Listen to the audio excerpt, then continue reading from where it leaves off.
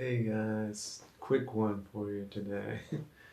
So, everybody's talking about NATO these days, right? But see, NATO is a collection of countries, and a lot of these countries have subverted political bodies running them. And when you have subverted political bodies, that means the banking sector and financial sector and the legal sector are running things in a let's say undemocratic fashion. They're running it for their own personal enrichment and also political cover, so that they're, for example, perhaps quasi-legal operations don't get investigated. Things don't get done on the military side. So, for example, Alaska has 20,000 military personnel. The entire Arctic North in Canada, which is a gigantic hole, it's a big, important place. Canada at this point has 300 part-time soldiers. Part-time people, like who knows what they're doing, flying around helicopters, driving around in little motorboats. What the hell are 300 people doing up there? Well, let me tell you, a whole lot of nothing.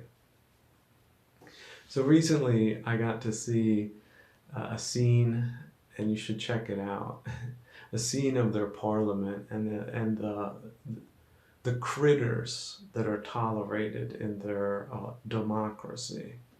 And it's a complete and utter shit show. Trudeau is a total shit show. Wherever he came from, he should be he should be investigated. Where his family came from, what they were doing, who they are, their entire culture as a entity there should be completely and thoroughly investigated. They are pretending to be incompetent, but what they're doing is endangering the entire free world is what they're doing. So however much they're getting paid, it's not worth it to the NATO alliance or Canada or world peace and security or advancement. And all of the critters in their parliament should be put into big data too and analyzed for their connections, because it's a complete farce. They're talking about woke, anti-woke. They're trying to redefine woke to be woke. They're redefining anti-woke into wokeism. They want to take over woke so they get to define woke so that they're not woke when they're woke.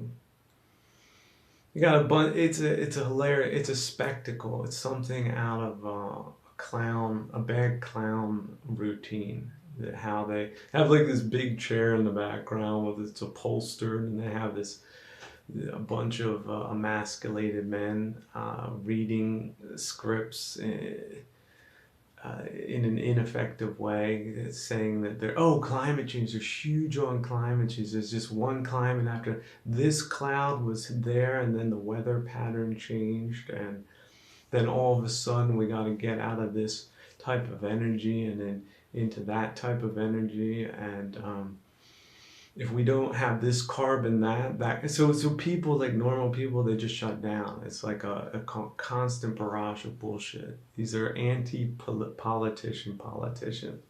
So it's like some type of political pacification program. It's like a mind scramble. And yeah, who were the parties involved? How did they get bottlenecked? What is the leadership selection process? What committees are behind that? All those people should be put into big data and analyzed, and then cross-check for other NATO member states that have not been pulling their weight. Like they decided to reduce their 2% spending, although they only got 300 part-time people in the north. So those are clear actions. That's like that is the definition of being a skunk. Skunk skunkism is not just, this is not a prerogative, right? This is not an insult. This is a reality. This is like their actions define them, and their actions are also verifiable. Like it's not me. I'm saying this, but look it up. Is it true? If it is true, do you know what that means? That means that their entire government is skunked out, and that means they're skunking out on their alliances, which means they're basically fifth column. That's it. So what do you do when it reaches that point? Well, we're at that point, so what will be done about it? It's going to be really interesting to see. But from a historical standpoint, oh yeah, they're going in big data as skunks. So let's just see how this story breaks. That's all I got for you right now. We'll be back with some more. This is great. Oh, UK, very close to the Canadian model, and Australia too. Oh, New Zealand. Whew. New Zealand stinks. So let's just see how things go down. Right now, they're already trying to position themselves to blame Trump for not pushing forward. If they don't take Crimea, nothing in the Black Sea will be safe.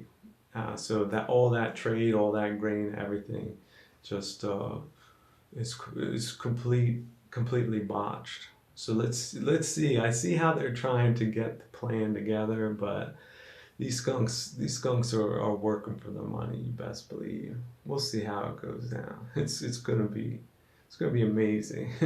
Stay tuned. Thanks for listening.